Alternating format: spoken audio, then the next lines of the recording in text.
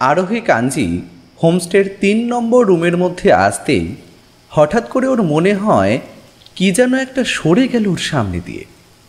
পর মুহূর্তেই ওর ভয় কেটে যায়। একেই আলো আঁধারি পরিবেশ, জঙ্গলাকীর্ণ হোমস্টে, বাইরে আবার বৃষ্টি হচ্ছে। সব মিলিয়ে কেউ যদি এই রকম একটা পরিবেশে চোখের সামনে দিয়ে ছায়া সরে যেতে দেখে, তাহলে সেটা হয়তো খুব একটা অসংলগ্ন বা অসামঞ্জস্যপূর্ণ নয়। তবে এগুলো দেখে একটা মৃদু হাসি ফুটে ওঠে ওর ঠোঁটের কোণায়। ইতিমধ্যেই নিবেদিতার রোহন এসে উপস্থিত হয়েছে ওর পাশে। ওরা এতক্ষণ নিচে রিসেপশনের ফর্মালিটি ফুলফিল করছিল। তবে রুমে আসতেই ওরা প্রথমে উল্টো দিকের দেওয়ালে তাকিয়ে চমকে ওঠে কয়েক মুহূর্তের জন্য হলে।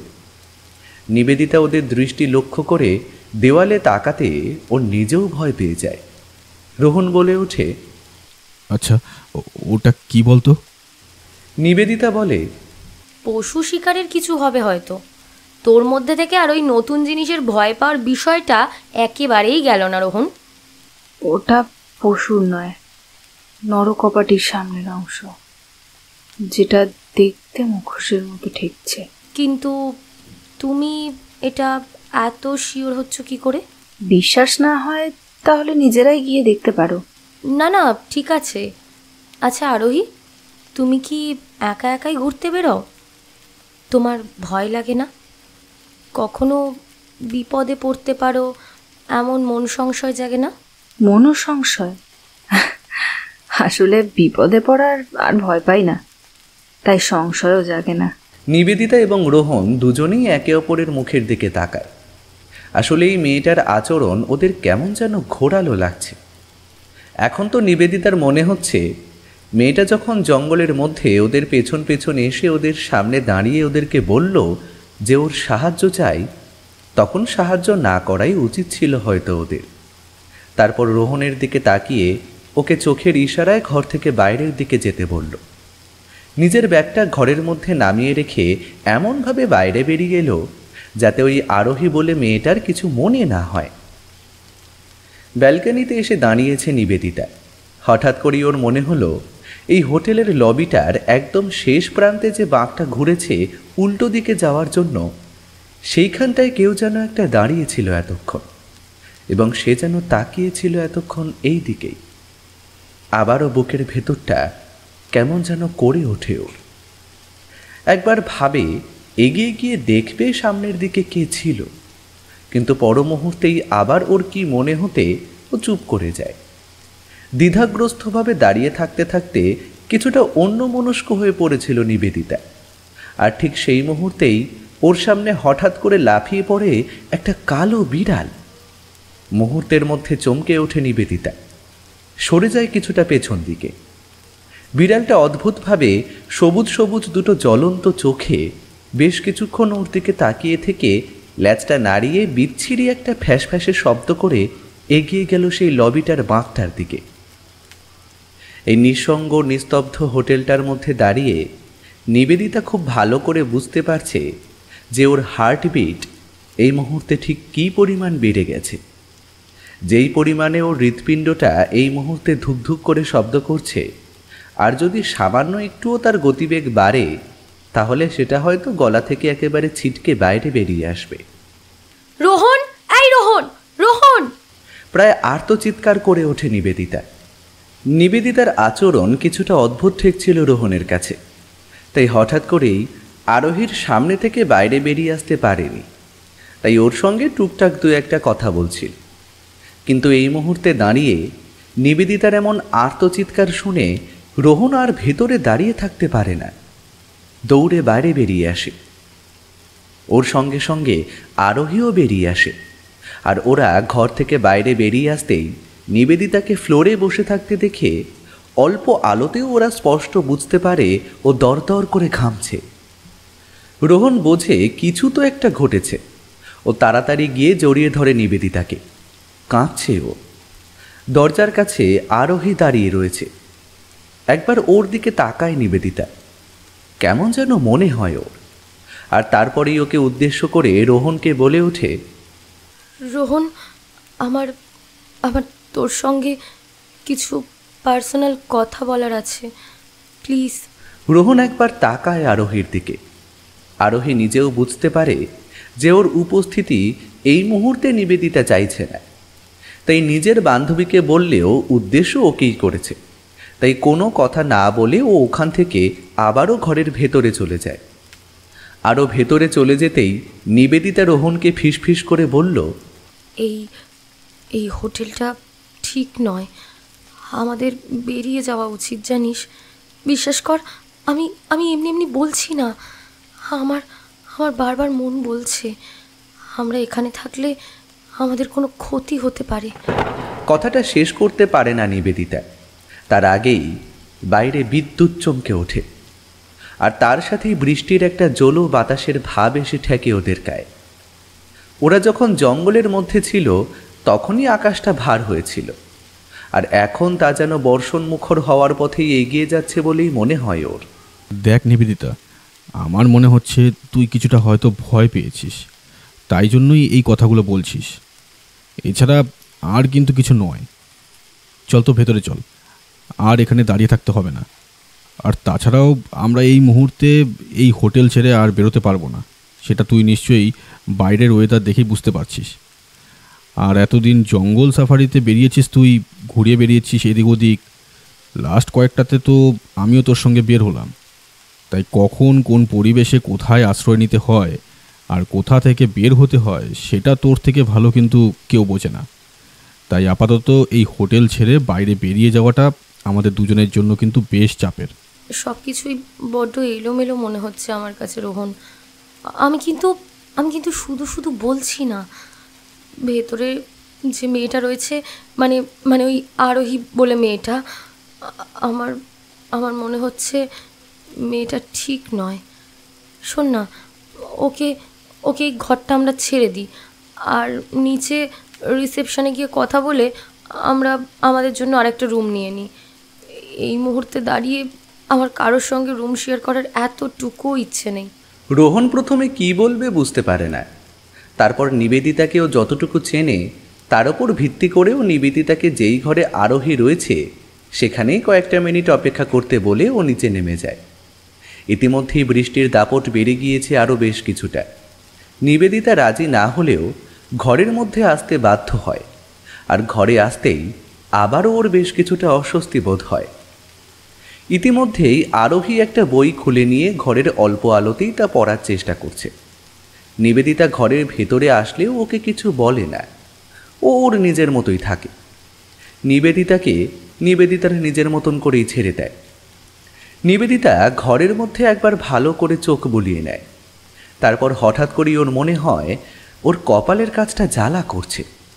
কেন হচ্ছে সেটা বোঝার জন্য ঘরের উল্টো দিকের দেওয়ালে যে আয়নাটা রয়েছে তার সামনে গিয়ে দাঁড়ায়, এবং সেখানে দাঁড়াতেই এই অল্প আলোতেও আলো আঁধারি পরিবেশে ওর সামনে যেটা স্পষ্ট হয় তা দেখে ওর আবারও একটা শিহরণ খেলে যায় শরীরের মধ্য দিয়ে।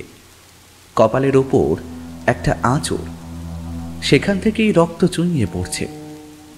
আঁচড়টা ঠিক কিসের সেটা বোঝার জন্যেই আরও কিছুটা ঝুঁকে পড়ে নিবেদিতা আয়নার সামনে, আর তার সাথেই ওর মনে হলো আয়নার কাঁচটা নড়ে উঠল সামান্য, যেন কোনো মাধ্যম ওটা। এক ঝটকায় কিছুটা সরে যায় ও, মুখ থেকে বেরিয়ে আসে একটা মৃদু স্বর। কিন্তু নিবেদিতা যদি ভালো করে আয়নার দিকে তাকাতো তাহলে বুঝতে পারত কিছুক্ষণ আগে ও ঠিক যেই অবস্থায় আয়নার সামনে দাঁড়িয়েছিল এখনও ঠিক একই প্রতিবিম্ব সেখানে দাঁড়িয়ে রয়েছে। শুধু সেই প্রতিবিম্বের মুখ গিয়েছে থেঁতলে, তার মাথার অবস্থাও শোচনীয়। চোখ দুটো পুরো সাদা, সেখানে এতটুকু মনের অস্তিত্ব নেই। পরিবর্তে সেই চোখের কোণ বেয়ে চুইয়ে নামছে রক্তের ধারা। তার ঠোঁটের কোণে লেগে রয়েছে নৃশংস হাসি, আর সেই সাথেই তার হাতে ধরা রয়েছে একটা বর্ষার ফলার মতন কিছু ধারালো জিনিস। তবে তারপর যখন আবার নিবেদিতা সেই আয়নার দিকে তাকালো তখন সব কিছু স্বাভাবিক, কোথাও কিছুই নেই। আরোহী বিছানা থেকে নেমে এসে নিবেদিতার কাঁধে হাত রাখল। আমার মনে হচ্ছে তুমি কোনো কিছু নিয়ে ডিস্টার্ব ফিল করছো। তুমি এখানে এসে বসো একটুখানি। তোমার বান্ধবীকে কোথায় পাঠালো বলো তো? ওর কি আসতে দেরি হবে? না মানে আমার মনে হচ্ছে তুমি হয়তো আমার সঙ্গে ঠিক কমফোর্টেবল ফিল করতে পারছো না, তাই আর কি। না না, ঠিক আছে। নিবেদিতা এবার সত্যিই অপ্রস্তুতে পড়ে যায়। সত্যিই হয়তো মেয়েটা এবার ওকে ভুল ভাবছে। নিজেই নিজের উপরেও অবাক হয়ে যায়। আসলে ও তো কখনো এভাবে রিয়্যাক্ট করে না কারোর সাথে, কিন্তু এই মেয়েটাকে দেখে ওর কেমন যেন একটা মনে হচ্ছিল, কোথায় যেন দেখেছে। তবে এর সঙ্গে যে ওর দেখা হওয়ার সম্ভাবনা একেবারেই নেই সেটাও ঠিক। তাই যতটা সম্ভব নিজেকে স্বাভাবিক রাখার চেষ্টা করে। ইতিমধ্যেই রোহন ফিরে এসেছে ঘরে। ওর সাথে আরও একজন বৃদ্ধ মহিলা। আপাদমস্তক শাল জড়ানো তার গায়ে। কেউ যে গরমেও এভাবে শাল জড়িয়ে ধরে থাকতে পারে সেটাই যেন বিস্ময়কর। ম্যাডাম, বৃষ্টি হচ্ছে বাইরে, তাই তাই দয়া করে বাইরে যাবেননি। আর হ্যাঁ শুনুন, রাত বিরেতে যদি কোনো শব্দ শোনেন তাহলে ঘর অতি বাইরে হবেননি যেন। পরিবেশ ভালো নয়, সেই সাথে বাদলার দিন। কথাখান মাথায় রাখবেন কিন্তু। অদ্ভুত রকম ফ্যাসফ্যাসে কণ্ঠে কথাগুলো বলে ওঠে সেই বৃদ্ধা। তার কথাগুলো শুনে কেমন যেন মনে হয় ওদের। ওরা বোঝে না মহিলার উদ্দেশ্যটা ঠিক কী। ওদেরকে ভয় দেখানো নাকি অন্য কিছু। তবে নিবেদিতার মনে পড়ে রোহন কেন নিচে গিয়েছিল। আর তারপরেই ও রোহনকে হাত ধরে পাশে টেনে নিয়ে সেই ইশারায় জানতে চায় এক্সট্রা ঘর আছে কিনা সেটা। ও, আপনি যেই ছোট ঘরটার কথা বলেছিলেন সেই ঘরটাতে তাহলে ওকে নিয়ে যান, আমিও যাচ্ছি সাথে। তুই থাকবি না আমার সাথে রোহন? দেখ, রুমটা ছোট, সিঙ্গেল বেড রয়েছে এখানে, কিভাবে থাকবো বলতো দুজনে? তার থেকে তুই ওখানে রেস্ট নে, আমি এখানেই আছি, চিন্তা করিস না। এই যে আপনি নিয়ে যান ওকে। আমি কি তোমার সমস্যায় ফেললাম? আরোহীর কথা শুনে নিবেদিতা প্রায় কিছু একটা বলতেই যাচ্ছিল, কিন্তু রোহন পরিস্থিতি ম্যানেজ দেয়। না না, সেটা নয়, তুমি অকওয়ার্ড ফিল করো না, আমি জাস্ট আসছি। এই মুহূর্তে দাঁড়িয়ে রোহনের ভীষণভাবে বলতে ইচ্ছে করছিল আরোহীকে যে ওকে এবং নিবেদিতাকে এই রুমটা ছেড়ে দিতে। কিন্তু সত্যি বলতে আরোহী যেভাবে এসে বসেছে এই রুমটাতে, তারপর ওকে এখান থেকে অন্য রুমে শিফট করাটা বলাটা অসভ্যতামি। তার উপর নিবেদিতার আচরণও খুব একটা সহজ বলে মনে হচ্ছে না রোহনের। এমনিতেই খারাপ আচরণ করছে আরোহীর সাথে। যদিও শুধু আরোহীর সাথেই নয়, প্রত্যেকটা মানুষের সঙ্গেই এইভাবে আচরণ করে ফেলে মাঝে মধ্যে। কিন্তু তবুও আজকের সিচুয়েশনটা কিছুটা হলেও আলাদা। মুহূর্তের মধ্যে মনে পড়ে সাফারি টিমের সাথে ঝামেলাটা। এই সাফারি টিমের যে কয়েকজন হেড রয়েছে তাদের মধ্যে যেই নির্দিষ্ট টিমটাকে লিড করছে, আমি তো আগের থেকেই তাদের সঙ্গে কথা বলে রেখেছিলাম যে আমার জন্য একটা সিট যেন সব সময় রিজার্ভ থাকে। তার জন্য যত টাকা ব্যয় করতে হয় আমি সেটা দিতে রাজি আছি। তারপরেও কেন কেন আমার জন্য আলাদা করে কোনো সিট রিজার্ভ করা হলো না? দেখুন ম্যাডাম, কোনো একটা সমস্যা হয়তো হয়ে গেছে, কিন্তু তাই বলে আপনি এরকমভাবে এমন বিহেভ করতে পারেন না আমাদের সঙ্গে। আর আপনি তো আমাদের সাফারি টিমের যে সমস্ত রুলস অ্যান্ড রেগুলেশন রয়েছে সেই সমস্ত কিছুই জানেন। তারপরে আপনি কিভাবে আমাদের চার্জ করেন যে আপনি নিজে যে অ্যামাউন্টটা আমাদেরকে পে করেছিলেন সেটা আপনাকে ফিরিয়ে দিতে হবে। দেখুন, এটা কিন্তু একটু বাড়াবাড়ি হয়ে যাচ্ছে। আপনি যদি আমাদের সঙ্গে কোঅপারেট করেন তাহলে আমরা অবশ্যই আপনার জন্য সিট ব্যবস্থা করে দেব। আপনাদের রেটিং তো আমি আগে থেকেই অনেকটা ভালো দেখেছিলাম, কিন্তু আমি কখনোই আশা করতে পারিনি যে আপনাদের আচরণ এবং আপনাদের টিম লিড করার মেন্টালিটি এতটা খারাপ হবে। সত্যি বলতে আপনাদের সঙ্গে আমার যেই মিসআন্ডারস্ট্যান্ডিংটা তৈরি হয়েছে না, তারপরে বিশ্বাস করুন আমি আপনাদের ওপর আর ভরসা করতে পারছি না। আমি কোনোভাবেই আপনাদের সঙ্গে যেতে পারবো না, সরি। ঠিক আছে, আপনি চাইলে নেমে যেতেই পারেন, আপনাকে আমরা কোনোভাবেই কোনো রকম ফোর্স করব না। কিন্তু কিন্তু মানে কি? এই যে শুনে রাখুন, আমি এই মুহূর্তে ইমেল করব আপনাদের হেড অফিসে। তারপর আমিও দেখছি আপনাদের এই ধরনের কথাবার্তা বলার পরেও আপনাদের টিম আপনাদের ওপর কোনো রকম পদক্ষেপ নেয় কিনা। Just disgusting. এই নিবেদিতা, এবার একটু শান্ত হয়ে যা। দেখ, এটা কিন্তু ঠিক হচ্ছে না। আমরা এই মুহূর্তে জঙ্গলের মধ্যে নেমে কোথায় যাব বলতো? বিকেল হয়ে গেছে, আর কিছুক্ষণ পরেই সন্ধ্যা নামবে, আর জঙ্গল অঞ্চলে সন্ধ্যা একটু তাড়াতাড়ি নামে। কখন কোন সময় ঝুপ করে সন্ধ্যার অন্ধকার গাঢ় হয়ে যাবে আমরা কিন্তু বুঝতে পারবো না। জঙ্গলি জন্তু জানোয়ার রয়েছে। আর তাছাড়া এই রোড নিয়েও কিছু একটা প্রচলিত মিথ আছে। তার মধ্যে আকাশটাও কেমন চোখ বুঝতে শুরু করেছে ধীরে ধীরে। তুই কি লক্ষ্য করেছিস সেটা? বৃষ্টি নামতে পারে। এই মুহূর্তে যদি আমরা গাড়ি থেকে নেমে যাই তাহলে কিন্তু আমাদের সমস্যার মধ্যে পড়তে হবে বলে রাখলাম। প্লিজ শান্ত হয়ে যা। এই দেখুন, আপনাদেরকে এত কথা বলার সময় আমরা দিতে পারবো না। আর তাছাড়া এখানে দাঁড়ানোটাও আমাদের জন্য খুব একটা সুখকর নয়। এখানে হিংস্র জন্তু জানোয়ারদের ভয় রয়েছে। বিপজ্জনক এলাকা এটা।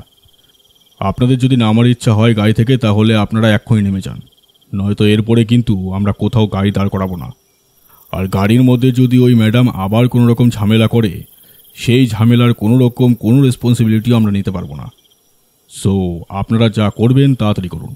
এই যে শুনুন, আপনাদের এত কথা শোনার এতটুকু ধৈর্য বা আগ্রহ আমার কোনোটাই নেই। এই রোহন, তোর যদি নামার ইচ্ছা হয় গাড়ি থেকে তাহলে নাম, নয়তো তোর যদি যাওয়ার ইচ্ছা হয় তুই যা। আমি যাব না এদের সঙ্গে, এই আমি বলে দিলাম। কথাগুলো বলেই গাড়ি থেকে হন্তদন্ত হয়ে নেমে গেল নিবেদিতা। অতঃপর রোহনকেও নামতে হলো। তার কারণ নিবেদিতার যা মেজাজ গরম, তার উপর এখানকার পরিস্থিতি যা, তারপর ওকে আর একা ছাড়ার কোনো রকম প্রশ্নই ওঠে না।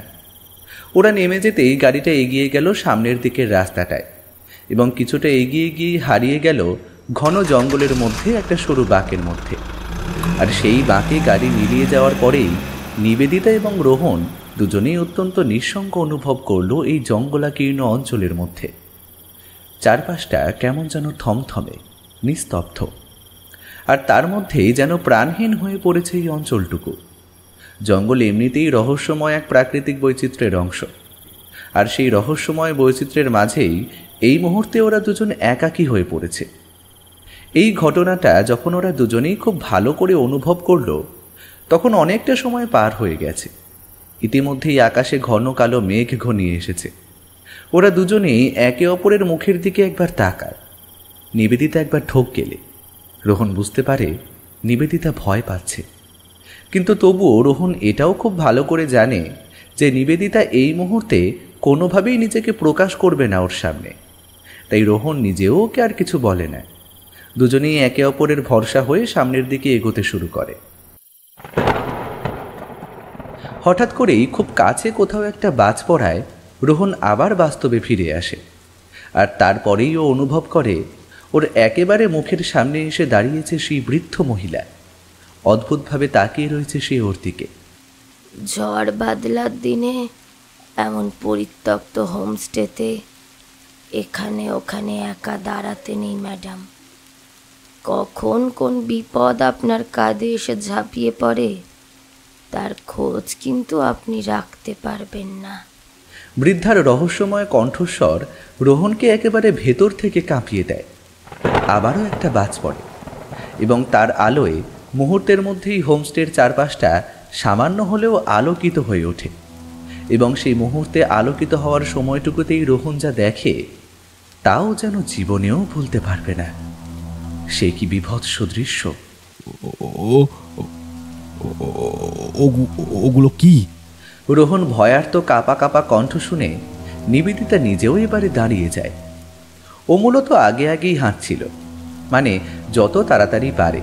ওর জন্য নির্দিষ্ট যে ঘরটি প্রস্তুত করা হয়েছে সেখানে ঢুকে যাবে এমন একটা হাবভাব। মোটের ওপর মুখে বলতে না পারলেও ওর এবার সত্যিই ভেতরে ভেতরে ভয় করছে। অস্বস্তি কাজ করছিল ওর মধ্যে অনেকক্ষণ ধরেই। মূলত যখন বাইরে এসে দাঁড়িয়েছিল তখন করিডোরের ঠিক এই অংশটাতেই ভয় পেয়েছিল, আর এই মুহূর্তে দাঁড়িয়ে ওকে ঠিক সেই জায়গা দিয়ে যেতে হচ্ছে। রাত্রিবেলা ওকে এইখানেই থাকতে হবে। বিষয়টা ভাবতেই ওর এখন থেকেই কেমন যেন একটা অস্বস্তি কাজ করতে শুরু করেছে। তার মধ্যে রোহনকে এভাবে ভয় পেতে দেখেও যেন আরও থমকে যায়, চমকে উঠেও। কি হয়েছে রোহন? না না, ওখানে কিছু ছিল। আপনাদের বললাম না ম্যাডাম, এমন পরিত্যক্ত হোমস্টেতে, এমন জঙ্গলের মধ্যে, রহস্যময় পরিবেশে বেশি প্রশ্ন করবেন না। সব প্রশ্নের উত্তর যে আপনাদের পছন্দসই হবে এমনটা কিন্তু নয়। কোনো রহস্যের সন্ধান করতে গিয়ে কোনো অতীতের অতলে হারিয়ে যাবেন। তার হদিশ কিন্তু কেউ দিতে পারবে না। তাই বলছি কি ম্যাডাম, এত ভাববেন না। যে যেখানে যেই অবস্থায় রয়েছে তাকে সেই অবস্থায় থাকতে দিন। আর আবারও জানাচ্ছি, রাতে ঘর থেকে বের হবেন না কিন্তু। যেখানে আছে মানে কি বলতে চাইছেন আপনি? ওখানে কারা আছে বলুন তো? বললাম না, সব রহস্যের উত্তর খুঁজতে যাবেন না। যান, ঘরে যান। আপনাদের খাবার আমি ঘরেই এনে দিচ্ছি। যারা আছে তাদের নিয়ে আগ্রহ দেখালে দেখবেন তারাই হয়তো এসে আপনাদের সঙ্গে দেখা করছে। আর তাদের সাক্ষাৎ পাওয়া কিন্তু খুব একটা লাভজনক নয় আপনাদের জন্য। আমার সাবধান করার কথা আমি সাবধান করলাম। এবার শোনা না শোনা আপনাদের ব্যাপার। ওনার কথাগুলো এতটাই অদ্ভুত ছিল যে নিবেদিতা এবং রোহন দুজনেই অবাক না হয়ে পারে না। আর তাছাড়া ওনার কণ্ঠস্বরটা শুনে মনে হচ্ছে যেন উনি ওদের সামনে দাঁড়িয়ে কথা বলছেন না, কথাটা ভেসে আসছে বহু দূর থেকে, কোনো সংকীর্ণ গহ্বরের মধ্য থেকে। আর সেই সংকীর্ণ গহ্বরের দূরত্ব ওদের থেকে মোটেই খুব কম নয়। তবে ওরা দুজন আর কেউই কোনো কথা বলার সাহস দেখায় না। আপাতত নিজেদের মতন করে আজকের রাতটুকু কাটিয়ে দিতে পারলেই কালকে সকালে এখান থেকে বেরোনোর জন্য যা করার প্রয়োজন তাই করবে ওরা। তাছাড়া নিবেদিতার ড্রাইভার তো জানিয়েই দিয়েছে যে আগামীকাল সকালের মধ্যেই সে এখানের সব থেকে কাছের যে মেন রোড রয়েছে সেখানে এসে ওদের জন্য অপেক্ষা করবে। তাই এখন আপাতত সকালটা হওয়ার অপেক্ষা। বৃদ্ধা ওদের দুজনকে ওই ঘরটির সামনে নিয়ে এসে দাঁড় করিয়ে দিয়ে দরজা খুলেই আবারও উল্টো দিকে হাঁটতে শুরু করে। তবে ওই বৃদ্ধা চলে যেতেই নিবেদিতা এবং রোহন দুজনেই একে অপরের কাছাকাছি এসে দাঁড়ায়। ঘরের ভেতরটা ভালো করে দেখার চেষ্টা করে, তবে কোনো কিছুই খুব ভালো করে বোঝা যায় না। মূলত ঘরের ভেতরটা আলো আধারিতে ভরে রয়েছে। ফোনের ফ্ল্যাশটা জ্বালিয়ে ওরা দুজনেই ঘরের মধ্যে ঢোকে। তবে ঘরের মধ্যে আলো ফেলতেই ওদের মনে হয় ঘরের এক পাশ থেকে আরেক পাশে যেন একটা ছায়ামূর্তি সরে গেল। মুহূর্তের মধ্যেই ওরা দুজনেই একে অপরের মুখের দিকে তাকায়। দুজনের মুখের রং ফ্যাকাশে। ওরা বুঝে যায় যে যেই জিনিসটা ওরা দেখেছে তা ওরা একসঙ্গে দুজনেই দেখেছে। তুইও কি? আমার মনে হয় নিবেদিতা, তুই ভয় পেয়ে গিয়েছিস, তাই জন্য তুই ভুলভাল জিনিস হ্যালুসিনেট করছিস। ওসব কিছু না। আলো আধারি পরিবেশে ফ্ল্যাশ লাইট পড়লে ওরকম একটু ছায়া সরে যেতে দেখা যায়। ওটা আমাদের চোখের ভুল ছাড়া আর কিছু না। তুই আবার ভুলভাল কিছু ভাবিস না। দেখ, এই ঘরটার মধ্যেই কিন্তু তোকে সারাটা রাত কাটাতে হবে। So please. হ্যালুসিনেট করব? তাও দুজনেই একসঙ্গে? বিষয়টা কেমন যেন হয়ে যাচ্ছে, তাই না? তুই ভাবিস না এত। ওরা দুজনেই বিছানার উপর এসে বসে। ঘরের মধ্যে ভালো করে কোথায় কি আছে তা বোঝার চেষ্টা করে। আর ঠিক তখনই খট করে একটা জোরালো শব্দ করে কাঠের জানলার কপাটগুলো খুলে যায়। মুহূর্তের মধ্যেই বাইরের বাতাস ভেতরে ঢুকে আসে। আর সেই সাথেই ঘরের মধ্যে ঝাপটা মেরে যায় একটা অদ্ভুত ঘ্রাণ। ওদের দুজনের মুখ থেকেই বেরিয়ে আসে একটা মৃদু আর্ত চিৎকার। তারপর দুজনেই কিছুটা ধাতস্থ হওয়ার চেষ্টা করে এবং নিবেদিতাকে বিছানায় বসতে বলেই রোহন উঠে যায় জানলার কপাটগুলো বন্ধ করার জন্য। একে এমন বাদলার রাত, তার মধ্যে এমন জঙ্গলাকীর্ণ জায়গা, বিষাক্ত পোকামাকড় ভেতরে ঢুকে যেতে পারে। কিন্তু জানলা বন্ধ করতে গিয়ে আবারও চমকে যায়। বাইরের অংশটা কেমন যেন চেনা লাগে ওর, কিন্তু এই অংশটা তো চেনা হওয়ার কথা নয়। মূলত এটাই বাড়িটার পেছন দিক হওয়ার কথা, আর এই বাড়ির পেছন দিকটা ওদের দেখার কথা নয়। কেমন যেন গোলমেলে ঠেকছে রোহনের কাছে পুরো বিষয়টা এবার, অনেকটা ভুলভুলাইয়ার মতো। পেছন ফিরে নিবেদিতাকে কথাটা বলতে যাবে, তার আগেই হঠাৎ করেই মাথাটা ওর ঠুকে যায় দেওয়ালে। নিবেদিতা! আরে তুই দেওয়ালের কাছে কি করছিস বলতো রোহন? আমি তো এখানে রয়েছি। কথাটা বলতেই রোহন নিজেও ভয় পায়।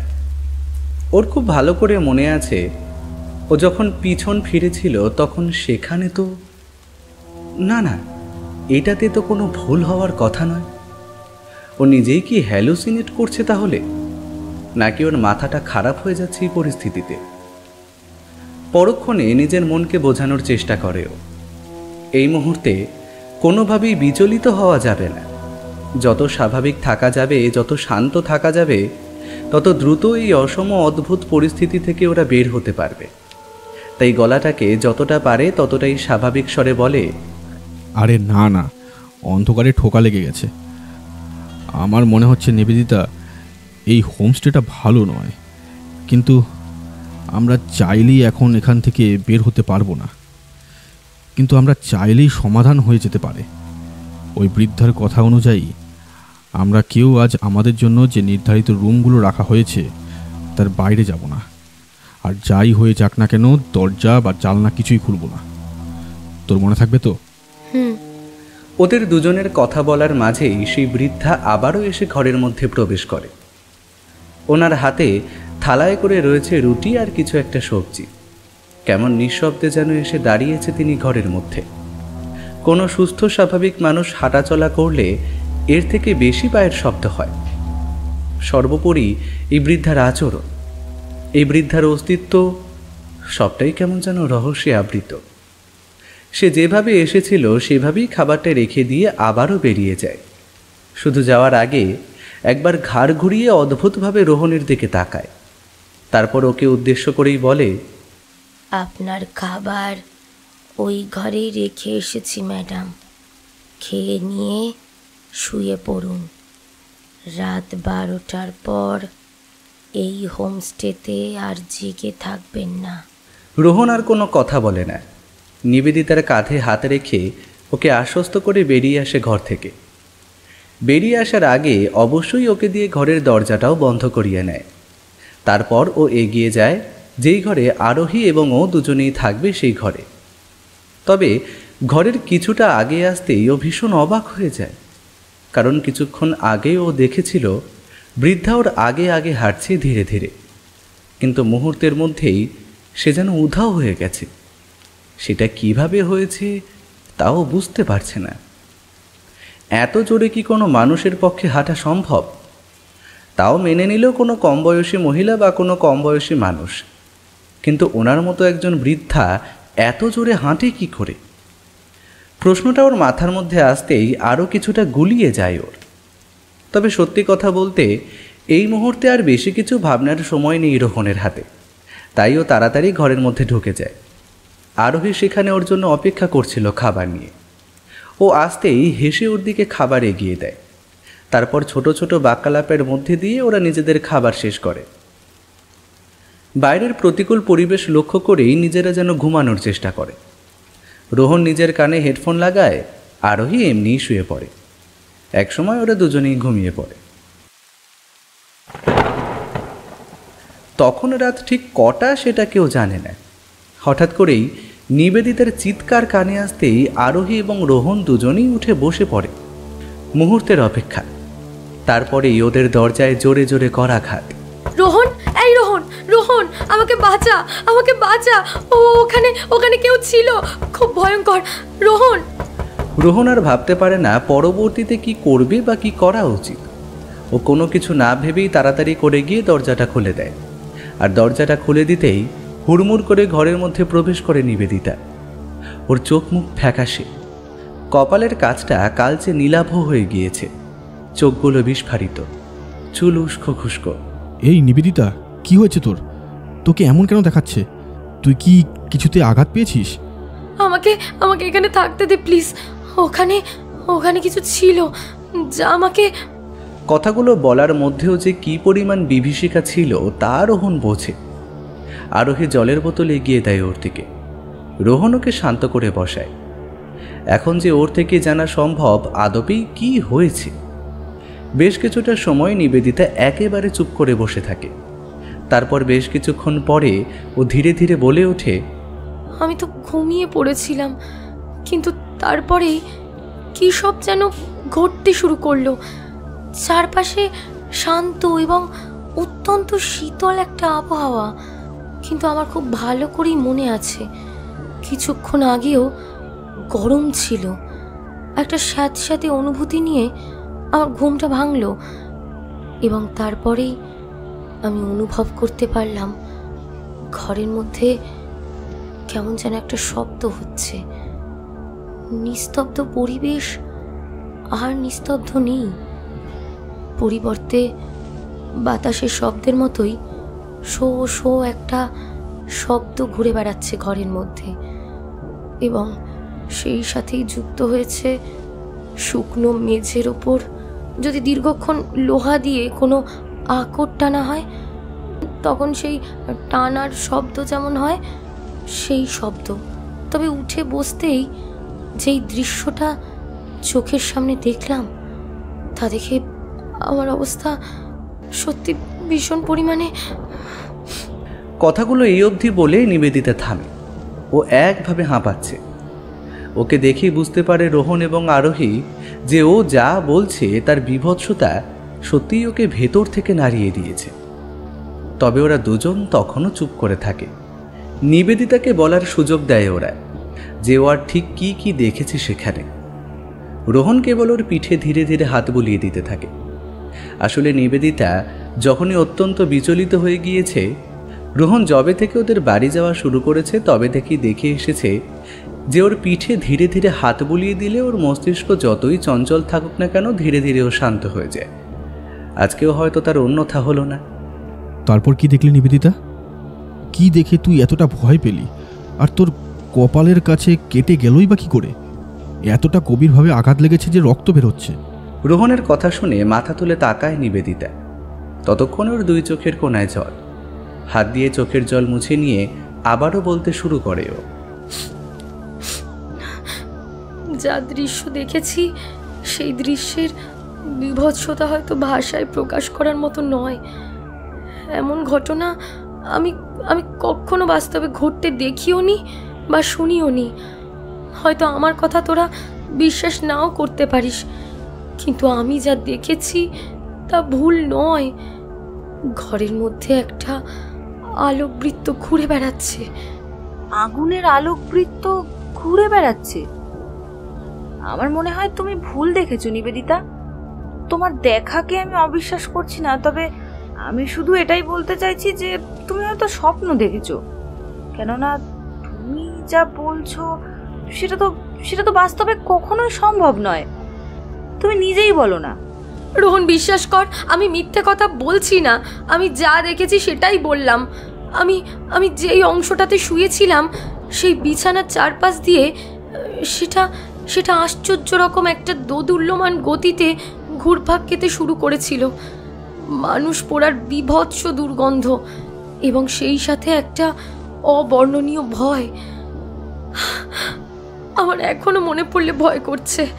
আসলে কি বলতো, মানুষ অনেক সময় এমন অনেক জিনিসই হ্যালুসিনেট করে, বা হয়তো এমন অনেক জিনিস স্বপ্নে দেখে যেগুলো হয়তো তারা প্রত্যক্ষভাবে হোক বা পরোক্ষভাবে হোক, তাদের জীবনে হোক বা তাদের সঙ্গে সংযুক্ত কোনো ঘটনার ক্ষেত্রে হোক, তারা মিলাতে পারে।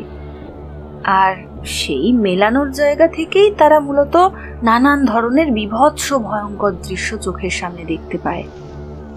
অনেক ক্ষেত্রে তো মানুষ এমন অনেক ভুল কাজই করে, যেই ভুল কাজগুলোই তাদের জীবনে ভৌতিক ভয়ঙ্কর হয়ে ফিরে আসে। তুমিও হয়তো তেমন কিছুই দেখেছো। আচ্ছা, আমাকে বলো তো, তুমিও তোমার জীবনে এমন কিছু ঘটনা ঘটাওনি তো, যেটার ব্যাড ইম্প্যাক্ট এখন তোমার লাইফে পড়ছে? আরোহীর কথাগুলো শুনে নিবেদিতা চমকে তাকায় ওর মুখের দিকে। প্রত্যক্ষভাবে পরোক্ষভাবে জীবনের সঙ্গে সংযুক্ত ঘটনা, ভৌতিক ভয়ঙ্কর হয়ে ফিরে আসা, এই প্রত্যেকটা কথা যেই মুহূর্তে আরোহী বলেছে সেই মুহূর্তেই ওর কথাগুলোর উপরে অত্যন্ত জোর দিয়ে বলেছে। এবং সেই সাথেই ওর কণ্ঠস্বরটা তখন যেন মনে হচ্ছিল বহু দূর থেকে ভেসে ভেসে আসছে। ওর গলার স্বর যেন তখন আগুনের মতোই শানিত ফলার মতন আঘাত করছিল নিবেদিতার মাথায়। ওর বারংবারই মনে হচ্ছিল ঠিক কি বোঝাতে চাইছে এই মেয়েটা, কি বলতে চাইছে ওকে।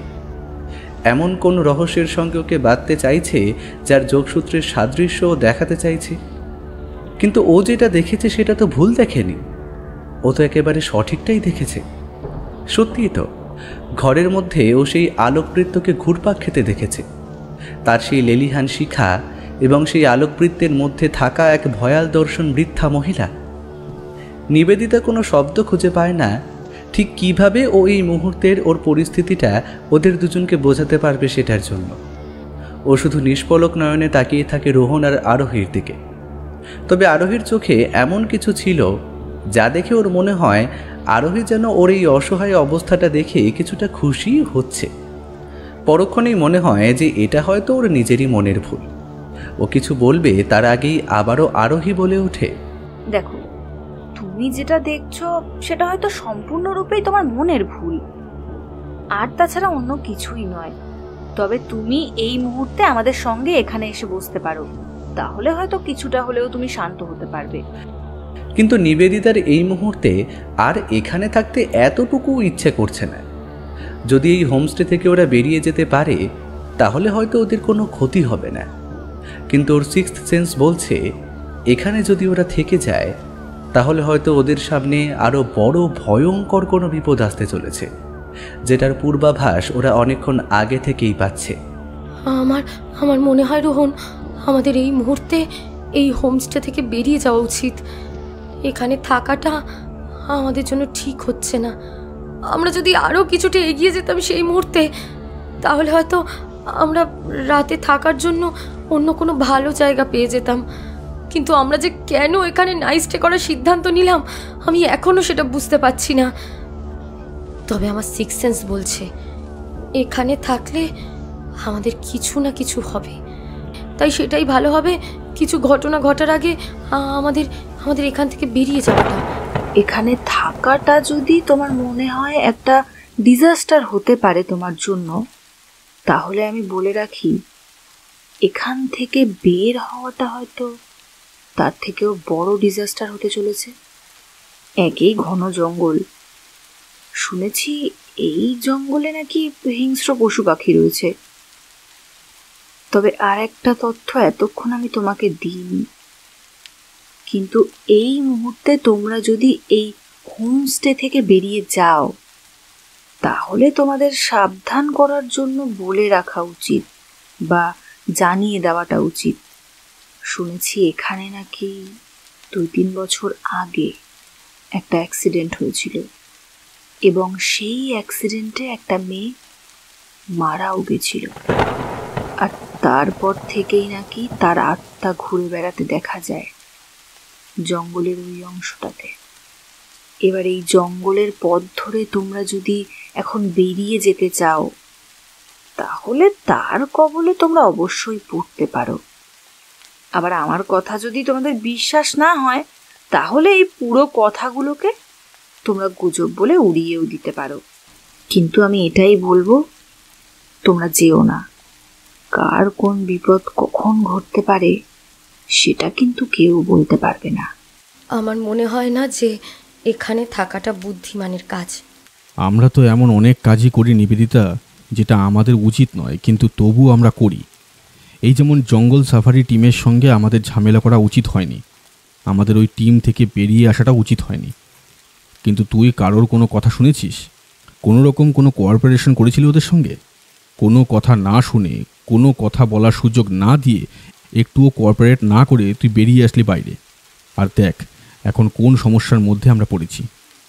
যদি ওই টিম থেকে আমরা না বের হতাম তাহলে হয়তো আজ আমাদের এমন একটা পরিস্থিতির মধ্যে পড়তেই হতো না। এতক্ষণে হয়তো আমরা আমাদের নিজস্ব যে জায়গাটাতে ট্রেন খাটানোর কথা ছিল সেখানেই পৌঁছে যেতাম। আমার নিজেরও ভালো লাগছে না এখানে থাকতে, তার উপর একটার পর একটা বাজে ঘটনা ঘটছে। আমার সত্যি এবার বড্ড বেশি অসহায় অনুভব হচ্ছে। নিবেদিতা নিজেও যেন আর কিছু বলার জায়গা পায় না। সত্যিই তো, ওই মুহূর্তে রোহন ওকে বোঝানোর চেষ্টা করেছিল যাতে ওরা এই ঝামেলাটা করে ওখান থেকে না বের হয়, কিন্তু ও তো রোহনের কোনো কথাই সেই সময় শোনেনি। ঘরের মধ্যে আবারও নিস্তব্ধতা ছেয়ে যায়।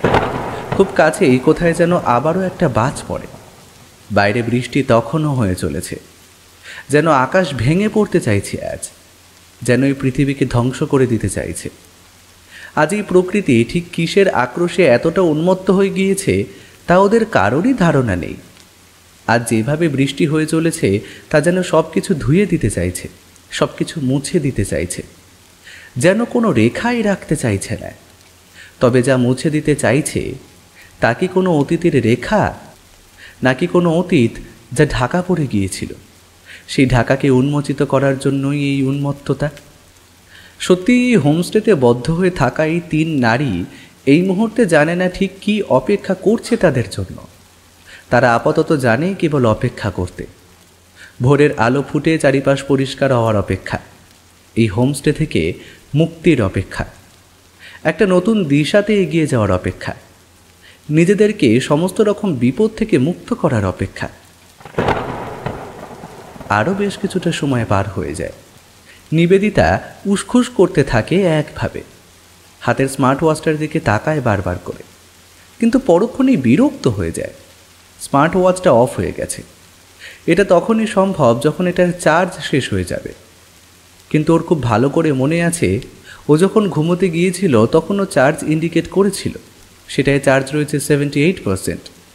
কিন্তু এত তাড়াতাড়ি চার্জ কিভাবে শেষ হয়ে গেল তাও বোঝে না। শুধু তোমার ঘড়িটা যে বন্ধ হয়ে গেছে এমনটা তো নয়, আমার ফোনটাও তো অফ হয়ে গেছে, আর সেটাও তো খুবই আশ্চর্য রকমভাবেই। আমার মনে হয় কি, আমরা যত এই বিষয়গুলো নিয়ে ভাববো ততই আমাদের মধ্যে ভয় কাজ করবে, আমাদের মধ্যে একটা আশঙ্কা জন্ম নেবে। তার থেকে ভালো হয় নিজেদের মধ্যে যদি একটু গল্প করি আমরা, তাহলে অন্তত। কিছু একটা বলতে গিয়েও চুপ করে যায় আরোহী।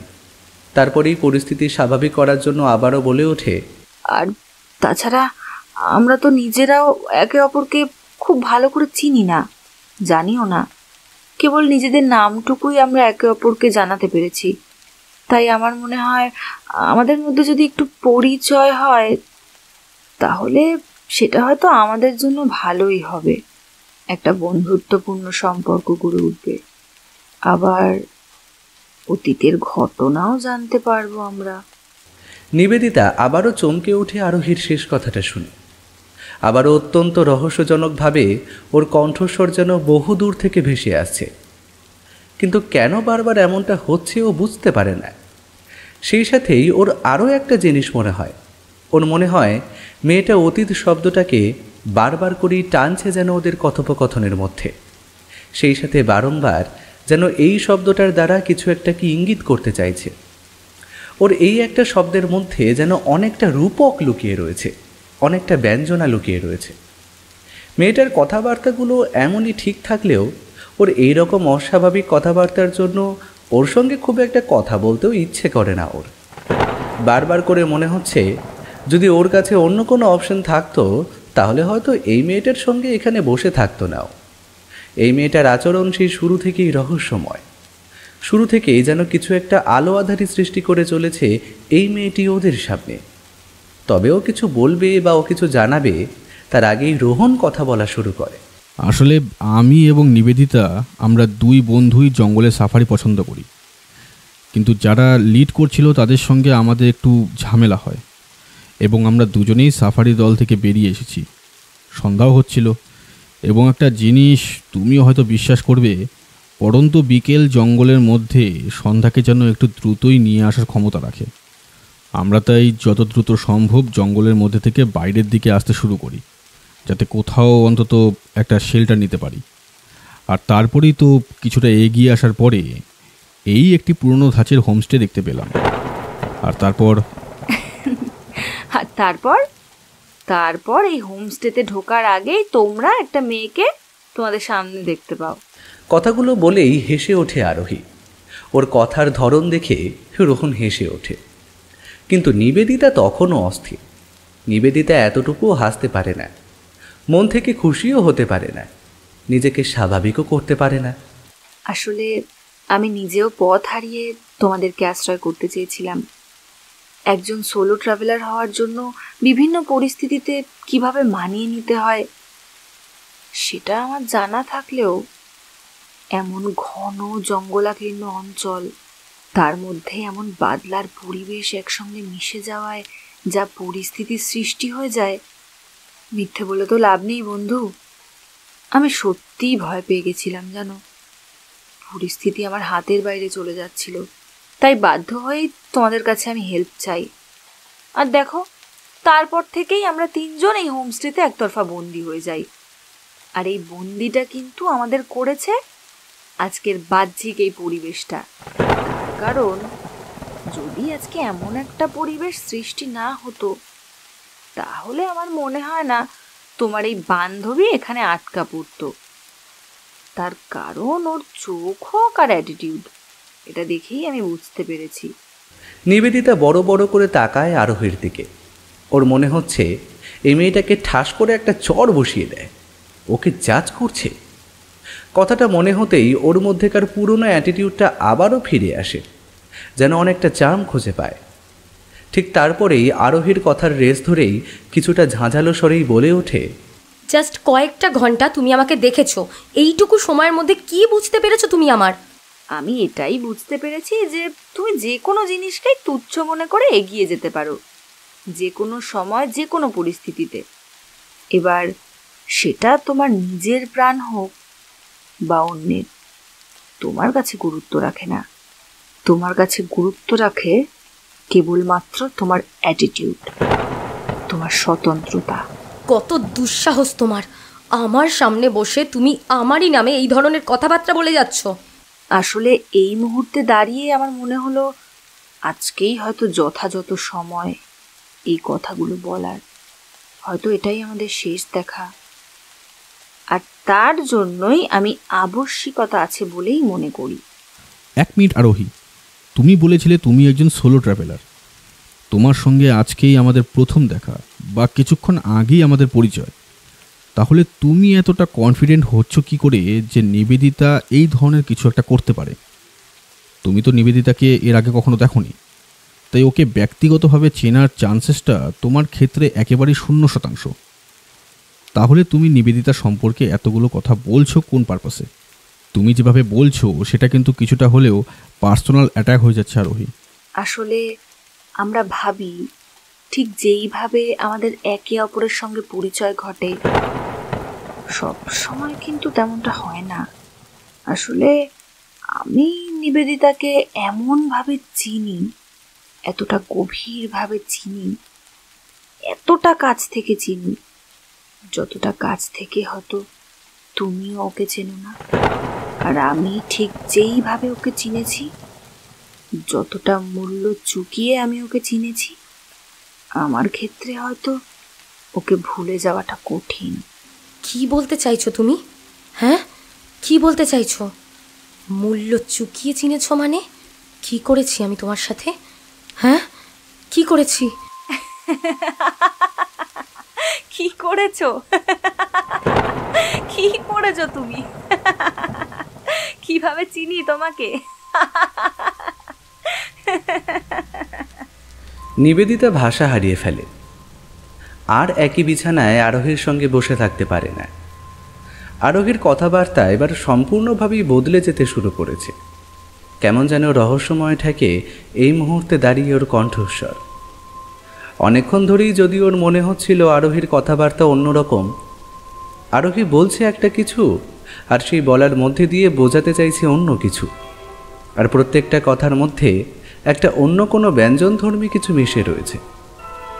তবে সেটাকে জোর দিয়ে উপস্থাপিত করতে পারছিল না। কিন্তু এই মুহূর্তে আরোহীর বলা প্রত্যেকটা কথাই ওকে সঠিক প্রমাণিত করছে। নিবেদিতা উঠে পড়ে বিছানার উপর থেকে, এবং সেই সাথেই মুহূর্তের মধ্যে ঘরের দরজাটা সশব্দে বন্ধ হয়ে যায়। রোহন ও নিবেদিতা দুজনেই চমকে ওঠে। নিবেদিতার কণ্ঠস্বর থেকে বেরিয়ে আসে একটা চাপা ভয়ার্ত আত্মচিৎকার।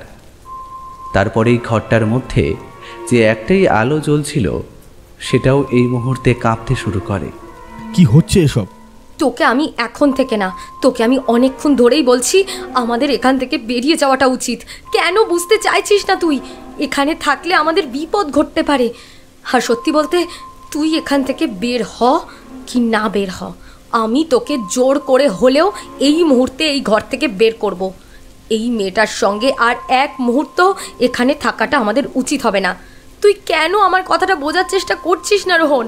রোহন, রোহনের হাতটা ধরতে গিয়ে নিবেদিতা অনুভব করে ওর হাতটা যেন শূন্যে ভাসালো। রোহনের শরীরকে ভেদ করে বেরিয়ে গেল ওর হাতটা। রোহন নিজেও অবাক হয়ে যায়। ঘটনাটা ঠিক কী ঘটে গেল ওরা দুজনের কেউই কিছু বুঝতে পারল না।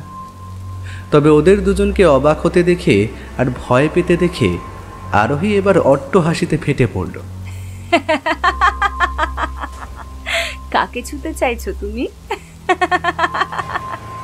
কাকেই বা দেখতে চাইছো তুমি? যাকে দেখতে চাইছো তাকে তো আমি।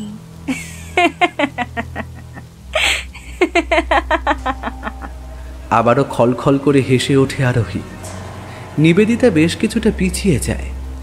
ঘামতে শুরু করেছে ও, জোরে জোরে শ্বাস পড়ছে ওর।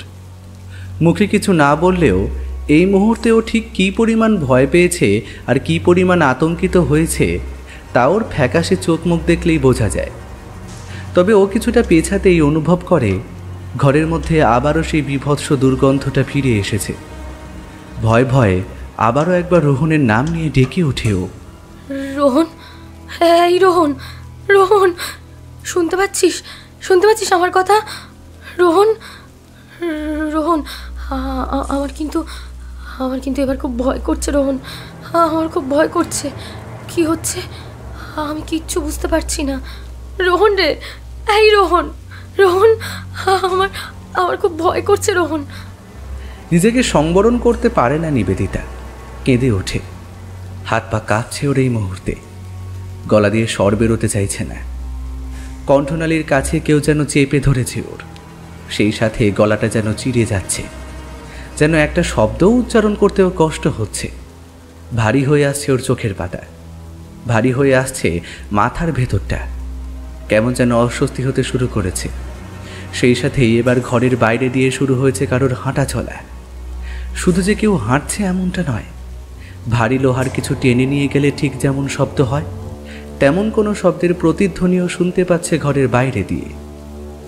রোহন ছুটে আসে নিবেদিতার কাছে, কিন্তু নিবেদিতাকে শক্ত করে স্পর্শ করে ওকে শান্ত করবে সেই সুযোগটাও পায় না। নিবেদিতাকে স্পর্শ করতে গেলে নিবেদিতার শরীরের মধ্য থেকেই যেন ওর একটা ছায়াবিম্ব সরে যায়, আর এর ঊর্ধ্বে গিয়ে কোনো পরিবর্তন হয় না। আশ্চর্য রকমভাবে ওর ঠোঁট নড়লেও কণ্ঠনালী হতে এই মুহূর্তে আর কোনো শব্দ বের হচ্ছে না।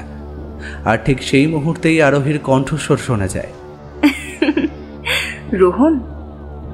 আচ্ছা, রোহন শব্দের অর্থ কি নিবেদিতা? দাঁড়াও দাঁড়াও, তুমি এখন ভয় পেয়ে গিয়েছো। আমি না হয় তোমাকে ডেফিনেশনটা দিই। রোহন শব্দের অর্থ হচ্ছে আত্মা, তাই না? আত্মা। আচ্ছা, এখন যদি আমি তোমাকে বলি এটা তোমার রোহন নয়, তখন তুমি কি করবে? রোহন নয় মানে? কি বলতে চাইছো তুমি? কে তুমি? হ্যাঁ, কি পরিচয় তোমার? কেন তুমি আমাকে এইভাবে ভয় দেখাতে চাইছো? আর ও তো আমার রোহন। আমি ওকে সামনে দাঁড়িয়ে থাকতে দেখতে পাচ্ছি। শুধু ওর শরীরের ভেতর থেকে আমি ওর আত্মাটাকেই বার করে দিয়েছি। দেখতে চাও তুমি তোমার বন্ধুকে? আরোহীর কথা শুনে নিবেদিতা ও রোহন দুজনেই ভয় পেয়ে যায়। আরোহী বিছানার ওপর থেকে নেমে আসে নিচে।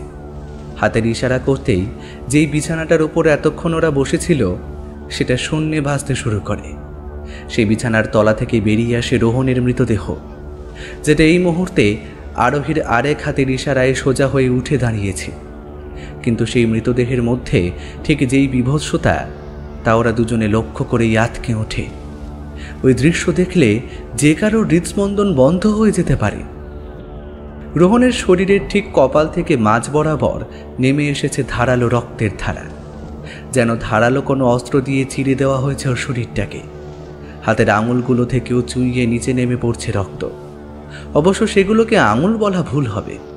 সেখানে আঙুলের যে অংশ লেগে রয়েছে তা নিতান্তই পচা মাংসপিণ্ড আর ছিন্ন চামড়া মাত্র। কয়েক ঘন্টার মধ্যেই যেন শরীরটাতে পচন ধরেছে কয়েকদিনের। দুই চোখের কোটর হতে মণি এবং সাদা চামড়া কেউ যেন অত্যন্ত আক্রোশে বার করে নিয়েছে। শূন্য কোটর দুটোতে লেগে রয়েছে যেন নরকের ভয়ঙ্করতা। ধীরে ধীরে এবার যেন আরোহীর শরীরটাও বদলে যেতে শুরু করেছে অন্য কোনো এক শরীরে। সত্যিই কি শরীরে, নাকি কোনো অশরীরীতে? নিবেদিতা আর এই দৃশ্য সহ্য করতে পারে না। দুই হাতে নিজের মুখখানা ঢেকে ফেলে। একভাবে চিৎকার করে চলেছে ও। আর ওর এই চিৎকার শুনে আরোহী বা আরোহীরূপী যেই অশরীরী ঘরের মধ্যে রয়েছে সে খিলখিল করে হেসে ওঠে। ভয়ঙ্কর সেই হাসি। তবে আরোহী যে একা হাসছে এমনটা নয়, সেই সাথে মিশেছে আরও দুটো হাসির শব্দ। এতটা ভয় পেলে হয় কখনো? ভয়কে জয় করতে পারলে তবেই না সামনের দিকে এগিয়ে যাওয়ার মজা। যত ভয় পাবে ততই ভয় তোমাকে গিলে খাবে। যত ভয়কে এড়িয়ে তুমি নিজেকে মুক্ত করার কথা চিন্তা করবে ততই জীবনে এগিয়ে যেতে পারবে। সামান্য ছোটখাটো ঘটনা জীবনে তো ঘটতেই থাকে। সেই সমস্ত ঘটনাকে সবসময় দূরে করে আমাদের সামনের দিকে এগিয়ে যেতে হয়। কবি বলে গেছেন না, ভয়কে জয় করতে পারলেই জীবনবোধের শান্তি পাওয়া যায়। ভয় থেকে মুক্ত হতে পারলেই কোনো অপরাধবোধ কাজ করবে না। যতই ভয়কে মনের মধ্যে আশ্রয় দেবে ভয়, ততই তোমাকে তোমার কৃতকর্মের জন্য পেছন দিকে টেনে নিয়ে আসবে। তাই যতটা সম্ভব এই ঘটনাকে ভুলে যাও। অন্যের কথা ভাবতে গিয়ে নিজের ক্ষতি করার মতন মূর্খামি করা কখনোই উচিত না। সবসময় নিজেকে এগিয়ে রাখো, নিজের স্বতন্ত্রতাকে ধরে রাখো। আজ থেকে 3 বছর আগে এই হোমস্টে থেকে কিছুটা দূরে যেই হাইরোড রয়েছে সেখানে দাঁড়িয়ে ঠিক এই কথাগুলোই বলেছিলে না তুমি নিবেদিতা? তাহলে আজ কেন ভয় পাচ্ছ বলো তো তুমি? কে তুমি? কি তোমার পরিচয়? আমি অনেকক্ষণ ধরে জানতে চাইছি যে কে তুমি, কেন এরকম করে বলছো? কি ক্ষতি করেছি আমি তোমার? হ্যাঁ, আমি তো তোমাকে কখনো দেখিও নি। আর আর এই কথাগুলো তুমি জানলে কি করে? কেন তুমি এইভাবে আমার পিছনে পড়েছো? তুমি কেন রোহনকে এইভাবে? সত্যি কথা বলতে, এই যে কথাগুলো আমি এখন তোমাকে বললাম, এই কথাগুলো তোমার থেকে ভালো করে আর তো কেউ জানবে না নিবেদিতা। তার কারণ সেই দিন এই কথাগুলোর প্রত্যক্ষদর্শী আমি ছিলাম, আর ছিল ওই রোহন, আর তার সঙ্গে ছিল আরো একজন। যদিও সেই আর একজনকে আমি অনেকদিন আগেই শাস্তি দিয়ে ফেলেছি। বাকি ছিলে তুমি। ওকে ওর কৃতকর্মের শাস্তি আমি অলরেডি দিয়ে দিয়েছি। আর এখন বাকি থাকলো কে? শুধুমাত্র তুমি। তবে তোমাকে শাস্তি আমি এখানে দেব না। তোমার শাস্তি ঠিক যেই জায়গায় তুমি আমাকে শেষ করেছিলে, যেই যন্ত্রণা দিয়ে তুমি আমাকে শেষ করে দিয়েছিলে, সেই জায়গায় নিয়ে গিয়ে সেই যন্ত্রণা দিয়েই আমি তোমাকে শাস্তি দেব। আমি মরতে চাই না। আমি মরতে, আমাকে ছেড়ে দাও, আমাকে ছেড়ে দাও, আমাকে বাঁচতে দাও। মনে পড়ছে কিছু? আজ থেকে 3 বছর আগে এরকমই একটা বর্ষার দিন ছিল সেটা। সেই দিনও বৃষ্টি শুরু হয়েছিল ঠিক আজকের মতো করেই। রাস্তা দিয়ে একটা মেয়ে একজন বৃদ্ধাকে নিয়ে হেঁটে সামনের দিকে এগিয়ে যাচ্ছিল। তাদের হাতে একটা মাত্র ছাতা। একে অপরকে বৃষ্টির হাত থেকে বাঁচানোর চেষ্টা করছিল। কাছেই কোথাও একটা বাজ পড়ে, আর সেই সঙ্গেই বৃষ্টির বেগ আরো বেড়ে যায়। এতটাই জোরে বৃষ্টি হচ্ছিল যে চারিপাশে বৃষ্টির ফোঁটাগুলোকে দেখে মনে হচ্ছিল যেন অকাল কুয়াশায় ঢেকে পড়েছে সব।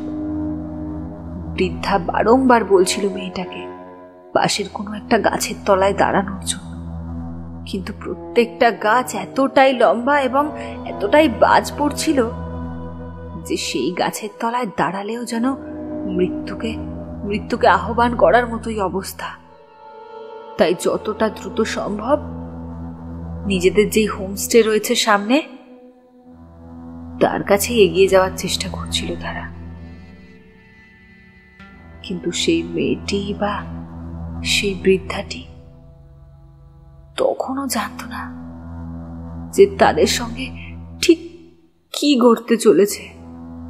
আলো আঁধারের মধ্যে দিয়ে তারা ঠিক যেই গন্তব্যটাকে সঠিক বলে মনে করেছিল, যেই গন্তব্যের উদ্দেশ্যে যত দ্রুত সম্ভব এগিয়ে গেল, আজকের মতন মুক্তি পাবে এমনটা মনে করেছিল, সেই দিক থেকেই সেই আলো আঁধারের মধ্যে দিয়েই তীরের বেগে এগিয়ে আসছিল তাদের মৃত্যুদূত, একটা সাদা গাড়ি। খুব দূর থেকে গাড়িটাকে দেখা যাচ্ছিল না, কেবল একটা তীব্র আলোর রেখা তাদের চোখে এসে ঝাপটা দিল। যখন খুব কাছে এসে পৌঁছালো সেই গাড়িটা, মেয়েটা সেই বৃদ্ধকে বাঁচানোর জন্য ধাক্কা দিয়ে একপাশে সরিয়ে দেয়, আর সেই গাড়িটা সজোরে এসে ধাক্কা মারে মেয়েটাকে। মুহূর্তের মধ্যে মেয়েটা ছিটকে গাড়ির থেকে কিছুটা দূরে গিয়ে পড়ে। গাড়িটাও গিয়ে ধাক্কা খায় একটা গাছের সঙ্গে। তবে গাড়ির মধ্যে থাকা কারোর কোনো ক্ষতি হয়নি সেইভাবে, সাধারণ হাত পা কেটে যাওয়া আর কি। ঘটনার আকস্মিকতা কাটিয়ে যেই মুহূর্তে সেই বৃদ্ধা উঠে দাঁড়িয়ে ছুটে আসে সেই মেয়েটার কাছে, ততক্ষণে অনেকটা দেরি হয়ে গেছে। মেয়েটার কপাল ফেটে সেখান থেকে চুইয়ে পড়ছিল রক্ত, মাথার পেছন দিকটাও ফেটে গেছিল ততক্ষণে। সারা শরীর হেঁচড়ে গিয়েছে কুচো পাথরে ভরে থাকা রাস্তায়, আর সেই সাথে পাথরের টুকরোতেও তার চোখে আঘাত লাগে। সেখান থেকেও যথারীতি রক্তক্ষরণ শুরু হয়। মৃত্যুকালীন যন্ত্রণায় কাতরাতে থাকে সেই মেয়েটা। বৃদ্ধা কি করবে না করবে কিচ্ছু বুঝতে না পেরে ছুটে আসে গাড়িটার কাছে বারংবার আঘাত করতে থাকে, বারংবার তাদের কাছে সাহায্য চাইতে থাকে। একটা সময় পরে গাড়ির ভেতর থেকে একজন ড্রাইভার গোছের লোক নেমেও আসে। সে এগিয়ে যায় মেয়েটার কাছে। মেয়েটার নাকের কাছে আঙুল দিতে সে বুঝতে পারে মেয়েটার হাতে আর খুব বেশিক্ষণ সময় নেই। তার শ্বাস তো পড়ছে, কিন্তু না পড়ার মতো। নারীর স্পন্দন অত্যন্ত ক্ষীণ। সে ভয়ার্ত মুখে ফিরে আসে। গাড়ির মধ্যে থাকা বাকিদেরকে সেই কথা জানাতেই গাড়ির মধ্যে বসে থাকা আরো দুজন নেমে আসে সেই মেয়েটাকে দেখার জন্য। আর নিশ্চয়ই আমার তোমাকে বলতে হবে না যে আমি কে।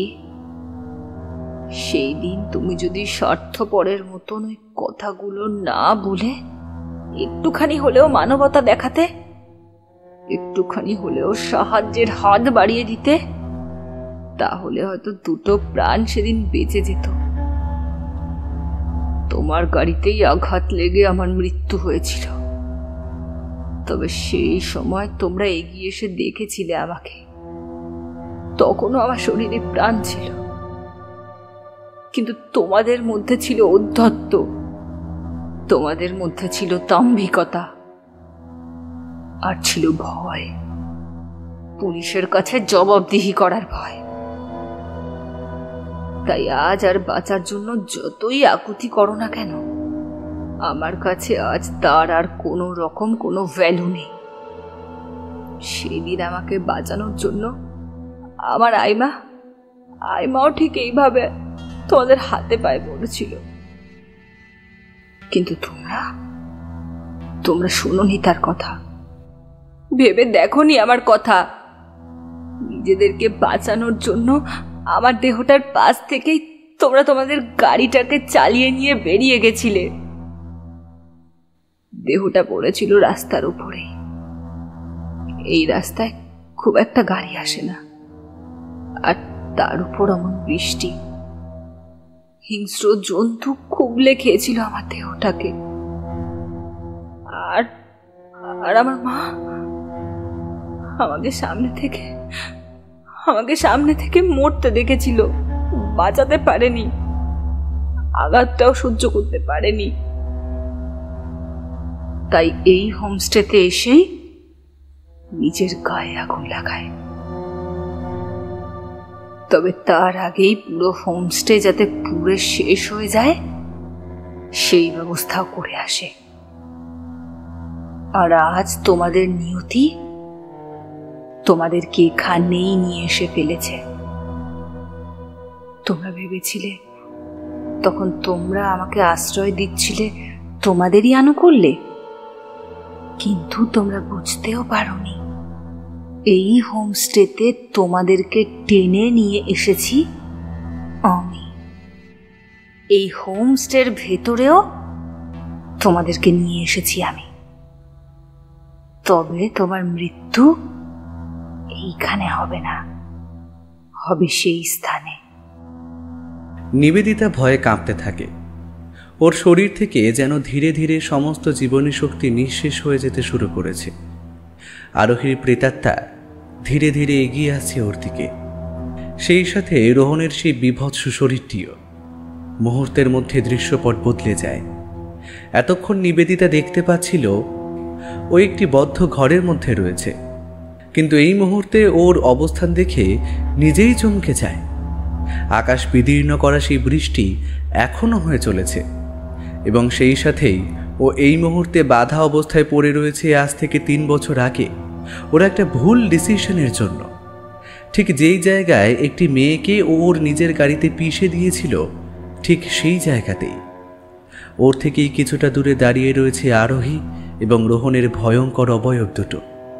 সেই সাথে এই রাস্তার আর এক পাশে এসে দাঁড়িয়েছে জ্বলন্ত সেই অগ্নিগোলক। তবে এই মুহূর্তে সেই অগ্নিগোলকের মধ্যে নিবেদিতা স্পষ্ট দেখতে পাচ্ছে এক বৃদ্ধা মহিলার জিঘাংসা মিশ্রিত চোখের দৃষ্টি। নিবেদিতা বলার চেষ্টা করে যে ও সমস্ত সত্যি কথা পুলিশের কাছে বলে দেবে, নিজের ভুলও স্বীকার করবে। ও যে অন্যায় করে ফেলেছে সেই অন্যায় হয়তো শুধরে ফেলতে পারবে না, কিন্তু ওর অন্যায়ের শাস্তি ও নিজে মাথা পেতে নেবে। কিন্তু সেই সুযোগটাও পায় না ও। হঠাৎ করেই একটা তীব্র আলোর রোশনাই এসে পড়ে ওর চোখের ওপর, এবং কিছু মুহূর্তের মধ্যে স্পষ্ট হয় দূর থেকে ভেসে আসে একটা বড় ট্রাকের অবয়ব। ক্রমশ সেটা ছুটে আসতে থাকে ওরই দিকে। রাস্তায় তীব্র কম্পন অনুভব করেও, মনে হয় মাটি ভাগ হয়ে যাচ্ছে এবং সেখান থেকে বেরিয়ে আসছে নরকের আগুনের হলাহল। কিছু বলবে বা কিছু ভাববে তার আগেই 10 চাকার একটি বড় ট্রাক। সব কিছু অন্ধকার। বাঁচার তীব্র আরতি নিয়ে চিৎকার করে জেগে ওঠে নিবেদিতা। সারা শরীর ওর ঘরমাক্ত। চোখের সামনে এখনও ভাসছে অতীত এবং বর্তমানের একসঙ্গে ওকে নাড়িয়ে দিয়ে যাওয়া একটা স্বপ্ন। ট্রাভেলার নিয়ে যেই টিমের সঙ্গে ও এসেছিল তারা প্রত্যেকেই ওকে শক্ত করে চেপে ধরার চেষ্টা করে, কিন্তু কোনো মতেই ওকে শান্ত করতে পারে না। রোহন ওর পিঠে হাত বুলিয়ে শান্ত করার চেষ্টা করে, কিন্তু তাতেও কাজ হয় না। আজ একভাবে ও আরোহীর নাম নিতে থাকে, ওর দেখা স্বপ্নের কথা বলতে থাকে, কিন্তু প্রত্যেকের কাছেই তা যেন অসংলগ্ন থাকে। কোনোভাবেই ওকে শান্ত করা যায় না। যতই ওকে শান্ত করার চেষ্টা করা হয় ততই যেন আরও বেশি ভায়োলেন্ট হয়ে যেতে শুরু করে ও। বাধ্য হয়েই ওদের লোকেশনের সবথেকে কাছে যেই হসপিটাল রয়েছে তারই খোঁজ করা হয়। সেখানে নিয়ে যাওয়া হয় ওকে। সামান্য সময়ের জন্য স্টেরয়েডের মাধ্যমে ওকে শান্ত করার চেষ্টা করা হলেও জ্ঞান ফিরতেই আবারও উন্মাদের মতোই করতে থাকে ও। যেই কনফেশনও বারংবার চিৎকার করেও দিচ্ছিল, তা শুনে সেই হসপিটাল থেকে পুলিশকে ইনফর্ম করতে বাধ্য হয়। পুলিশ আসতেই নিবেদিতা কিছুটা যেন দমে যায়, তারপর নিজের করা সম্পূর্ণ অন্যায় ও স্বীকার করে।